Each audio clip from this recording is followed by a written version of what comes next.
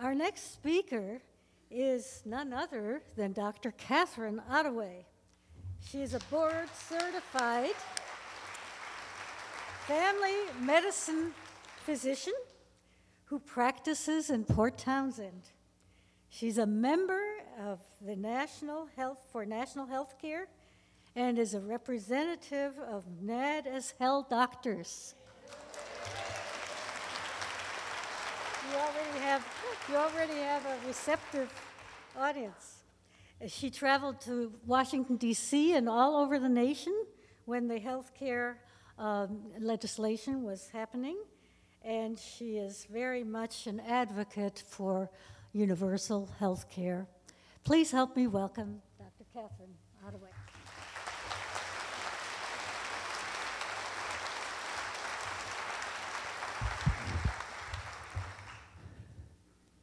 Hi, I'm Katherine Ottaway, and I'm a Mad as Hell doctor. So I'm here to tell you why I'm a Mad as Hell doctor and what I want to do and what I want you to do. What I want is to talk to you about why we need to not only preserve Medicare, but to expand it into a single payer system and to improve it. I think this is vital for our country, both for our personal health and the health of our neighbors, but also for our economic health, because the current system is broken, it's not working, it's bankrupting us, and it's just a mess. So who am I to be talking about this? I'm a rural family practitioner. I've worked in small towns for 15 years now. I've been in Port Townsend for 11 years, and I delivered babies for 18 years. I've taken care of patients from birth to 104. I haven't got anybody over 104 yet, but we'll see. I do basic health care. I take care of people when they come in sick or injured. I do stitches. I deliver babies. I help people with chronic illness such as high blood pressure and high cholesterol, and I also help people prevent chronic illness. So I love preventative care. I want to talk to people about stopping smoking, losing weight. What is this, when I get a person in, what can we currently do to keep them as healthy and living as good a life as possible? So that's what I want to do, and the healthcare system is getting in my way, and so I am fighting back.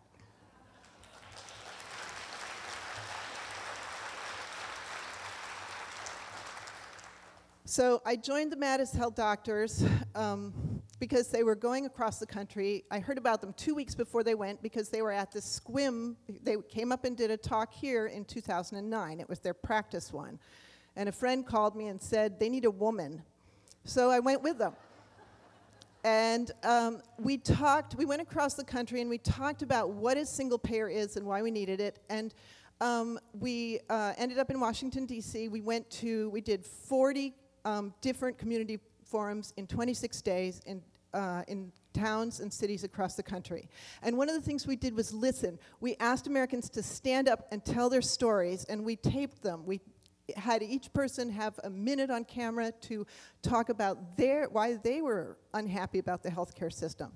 So one example is a woman we heard from who said that she had been laid off. She was diabetic. She could not afford her medicines. She was job hunting, but she kept getting sicker and sicker. She eventually went to the emergency room, and she was in kidney failure. Now, we as a citizenry have not agreed as a country to provide to all pay money together and provide basic care. But once your kidneys have failed, we've agreed as a country we pay for dialysis. But she said now she is disabled. She has to have dialysis 3 times a week. She's 50 years old, and her lifespan is threatened. And she said, I want my life back. So she wants a single payer system, so no one else will go through what she went through.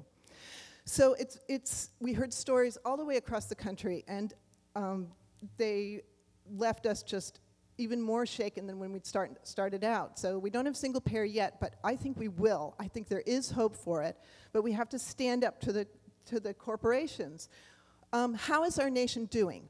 Overall, we rank 37th by the World Health Organization for all their healthcare measures. They have a whole variety of measures. You can find this online. We rank number 1 in one thing: cost. We are We're the most expensive system in the world. Every other industrialized country has a single-payer system. We are the only one who doesn't. And that's why it costs so much, and we're paying an incredible amount of money, and it's not keeping people healthy. We have currently 50,000, we're up to 50,000 Americans dying yearly prematurely because they couldn't access health care, they didn't have insurance, and they weren't taken care of. So that's a lot of people. We have, I think, 46 million without health insurance currently. We have 1 million bankruptcies. That's 62% of the bankruptcies per year in this country have to do with the final straw is health care bills.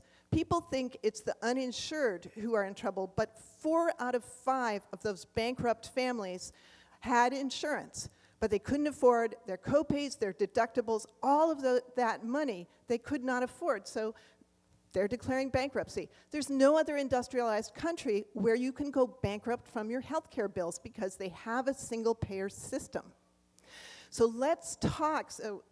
I want Medicare expanded to everyone, and I want it improved. So let's talk about why having health insurance companies and why the chaos and fragmentation of our healthcare system costs us so much. So right now there are 1,300 different health insurance companies and 17,000 different health insurance plans.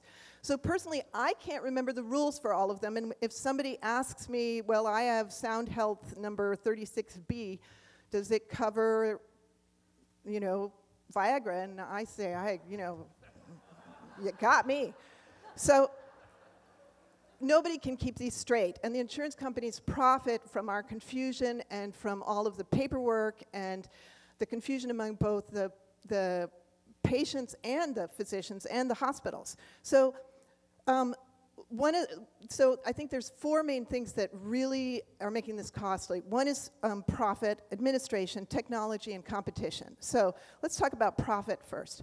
Remember, people say to me, I don't want the government in healthcare, but it already is. 60% of our money goes to the 4 government programs: Medicare, Medicaid, veterans, and the military and their dependents. So those are all government programs. The government programs are not allowed to make a profit, right? So the only people who are making a profit on healthcare are the insurance companies. Now, if this is my healthcare dollar, as a country, we are spending $1 trillion a year on healthcare, and 30% of this healthcare dollar goes to administration and profit. Those insurance CEOs, the big companies, are making an average of $14 million apiece a year, and that is to be extracting profit from our healthcare dollars. Now that means that some of my healthcare premium is going to that $14 million salary and going to profit. I want my healthcare dollar to go to healthcare, not profit.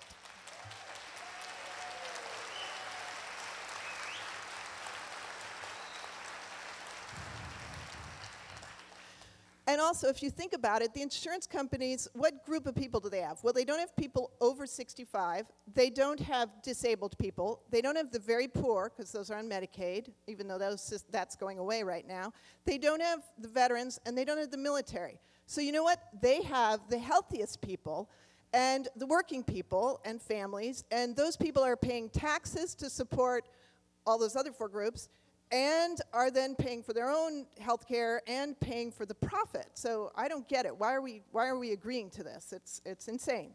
So then, what do we have an agreement for in our country? We have an agreement that anyone can go to the emergency room for care. So you can go to the emergency room and they cannot turn you away. But that is the most expensive way to give people health care, because the emergency room is good when you're having a heart attack, when you have been in a car wreck and are injured, and when you have appendicitis. But it's terrible at the things I do. It's terrible at helping people quit smoking, helping people live a healthy lifestyle, helping people lower their cholesterol, lower their blood pressure, talk about their family history, talk about what's happening in their lives.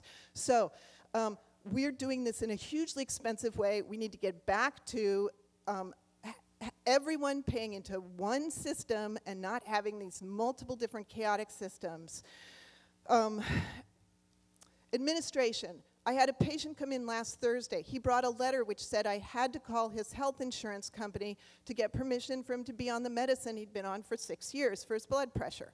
I called the insurance company myself in the room with him on speakerphone. They transferred us 3 times. It took 12 minutes, and at the end of it they said, oh, well, he doesn't actually need prior authorization anyhow. That is administration. Administration is prior authorizations, which in most doctors' office, it's not the doctor calling. They hire staff to do that. It now takes 53 hours a week to do prior authorizations, contract with all these different health insurance companies to send in bills, and then send in correct bills and send them in again because the insurance companies reject a quarter to a third of them. So they're rejecting huge numbers of them. So it's costing, per doctor, it's now estimated to be $83,000 in administration on the doctor's side. That's not counting the insurance company's side. So it's costing us a huge amount. Technology and competition. One of our docs said that he's a radiation oncologist. He saw the cost of treating prostate cancer for one person go to from $20,000 to $60,000 in 10 years. That's because they got newer, better equipment to compete with the other radiation places. Very little improvement to the patient's care, but insurance prices doubled in that area in that time, and he saw more men dying of prostate cancer because they'd lost their insurance, couldn't afford their insurance, and were coming in for treatment so late that they couldn't get it, or refusing treatment because if they got treated, they might die anyhow, and their family would be left homeless because they'd lose their house to medical bills. I think this is a shame, and we need to get away from it, and we need to get to single payer. So what can you do? Talk about this. Read about it. I think the most important thing is to ask your friends for their healthcare stories and then talk about a single payer system and Medicare for all. Thank you.